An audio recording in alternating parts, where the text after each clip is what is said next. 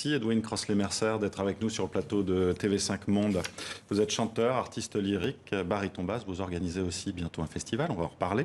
Et on va tout de suite d'abord écouter ce morceau de Mozart que vous avez interprété avec Preti Yende, Les Noces de Figaro, Cinque Dieci.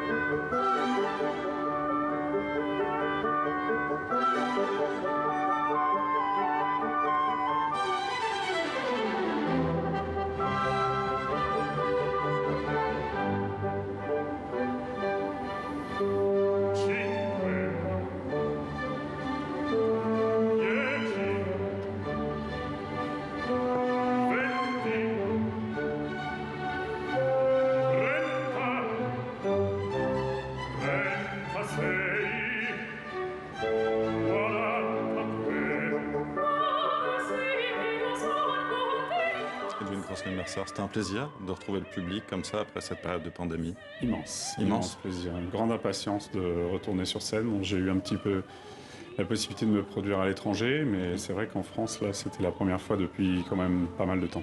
Et ça a bien marché à la télévision aussi, il y a eu pas mal de public pour un concert de musique classique. 3,5 millions. C'est bien, bravo. Spectateurs. Alors vous venez de le dire, vous êtes produit à l'étranger, vous avez une carrière internationale. Comment ça s'est passé pour vous justement, ce moment de la pandémie, vous qui passiez de Berlin à New York en passant par Santiago du Chili, ça vous a forcé à vous poser? Exactement. Déjà, on a fermé le théâtre le lendemain de mon dernier spectacle et on est resté à la maison pendant plusieurs mois à attendre simplement si les productions étaient annulées complètement ou pas. Et bon, après, certains pays ont rouvert avant d'autres. J'ai pu aller en Espagne, au Portugal. Malgré tout. Voilà. Et puis à Munich, à l'Opéra de München. Donc pendant plusieurs mois, j'ai pu reprendre mon métier, alors qu'en France, c'était encore Et ça fermé. ça fait quoi un chanteur lyrique en plein confinement? Jardiner, finalement. Jardiner beaucoup. Pas chanter pendant un mois. Vous n'avez pas travaillé votre voix, non. justement? Pendant un mois, j'étais trop déprimé. On ne savait pas où ça allait. On ne savait pas. C'était trop triste. Alors, je l'ai dit, vous êtes baryton basse. Qu'est-ce que c'est précisément pour nos téléspectateurs qui ne connaissent pas? Alors, c'est pas la voix la plus grave chez l'homme, c'est pas la voix la plus aiguë, mais c'est ce qui est un petit peu au milieu. Voilà. Ouais, vous avez une voix quand même assez grave. Je voulais vous parler aussi de ce travail sur la voix parce que j'ai lu que la voix évolue tout le temps. Oui. En la faisant travailler seulement ou en vieillissant? Alors, on dit que les chanteurs sont un peu leurs propres luthiers, c'est-à-dire le travail que vous faites sur votre voix, les rôles que vous interprétez vont former votre instrument, vont lui donner telle couleur, telle force, ça dépend du répertoire et aussi il y a les années qui passent, hein, ça a du bon. Et oui, ça a du bon, évidemment. On va vous écouter à nouveau, Ich habe genug de Bach, hein, une cantate religieuse.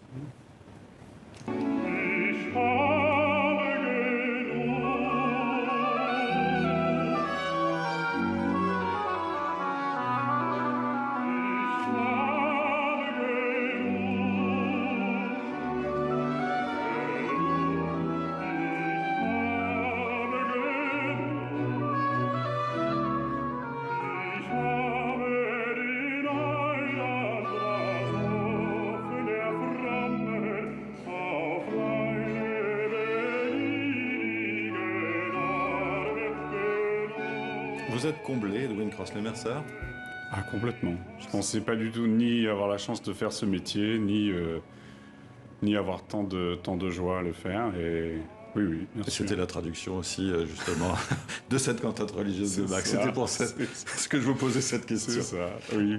Vous êtes français irlandais. J'ai lu que la musique a bercé votre enfance entre une grand-mère qui vous chantait, je crois, des mélodies populaires allemandes et un père qui aime la musique country et qui est guitariste. Voilà, c'est ça. Très belle voix. Donc, vous étiez vraiment entre deux mondes. Oui, voilà. Le classique, c'est venu par éducation, parce que j'avais des grands-parents très mélomanes, mais voilà, c'était Il y avait beaucoup de musique à la maison, c'est important pour les enfants. Ouais, c'est très important. Et d'ailleurs, vous avez donc monté ce festival hein, qui va se dérouler du 9 au 16 août. C'est le festival de Castellartes. Ça se passera au château de Terry d'Amirepoix.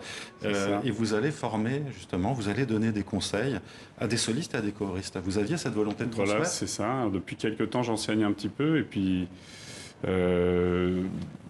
dans ma jeunesse, j'ai participé à des festivals où les artistes qui se produisaient étaient aussi les artistes qui donnaient des conseils aux jeunes qui voulaient se former.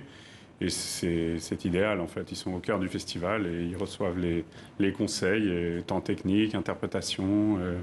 Voilà, et donc ça sera mon premier festival. Ouais. Ouais. Et est-ce qu'on va vous entendre y chanter aussi Oui. votre dernier, enfin votre prochain disque, parce que je crois qu'il n'est Oui. pas encore sorti. Oui, c'est ça. Le Voyage d'hiver de Schubert. C'est ça, oui. Alors, je ne chanterai pas le cycle là, au Festival Castellartes, mais je vais le chanter là dans 2 récitals prochainement en Bretagne et en Bourgogne. Et voilà, ce disque qui est très cher à mon cœur, puisque les peintures qui sont à l'intérieur sont réalisées par ma maman. Bon, Voilà. Bravo à elle, c'est splendide. Voilà. Alors ce sont des leaders, encore une fois. Des leaders en allemand, voilà. Oui, on dit que c'est l'œuvre la plus triste de son compositeur. Pourquoi ce choix? Oh, il en a fait aussi des plus heureuses. La Belle Meunière, enfin, même si ça se finit aussi dans un terrible suicide ou un voyage vers la mort, mais Bon, ici, dans le Voyage d'hiver, c'est le dénuement, c'est un retour à l'essentiel de la pensée philosophique musicale de Schubert. Après l'hiver, le printemps. Est-ce qu'on peut vous entendre juste là en se quittant, vous entendre chanter un petit peu, ou c'est trop vous demander? Oui, alors je ne saurais pas quoi vous chanter. Très vite. Non piandrai farfallone amoroso, notte e giorno d'intorno girando, delle belle turbando il riposo, narcisetto adoncino d'amor. Bravo et merci à vous d'avoir été avec nous, Edwin Cross-Lemercier. Je rappelle donc le festival de Castellartes du 9 au 16 août, c'est ça? Du 9 au 16 août à Mirepoix dans l'Ariège. Voilà. Et votre prochain disque, donc Schubert, le Voyage d'hiver. Merci d'avoir été avec nous.